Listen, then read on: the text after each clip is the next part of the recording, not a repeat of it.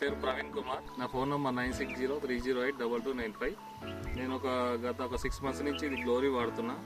ఇట్లా బ్రాంచెస్ కానీ గ్రీనిష్నెస్ బాగుంటుంది. ప్లస్ ఇంకోటి ఏంటంటే గ్రోత్ బాగుంటుంది దీనివల్ల. ఇంకోటి ఇందులో మనము ఇట్లాంటి పురుగు మందులు ఏదైనా కలుపుకొని కొట్టవచ్చు.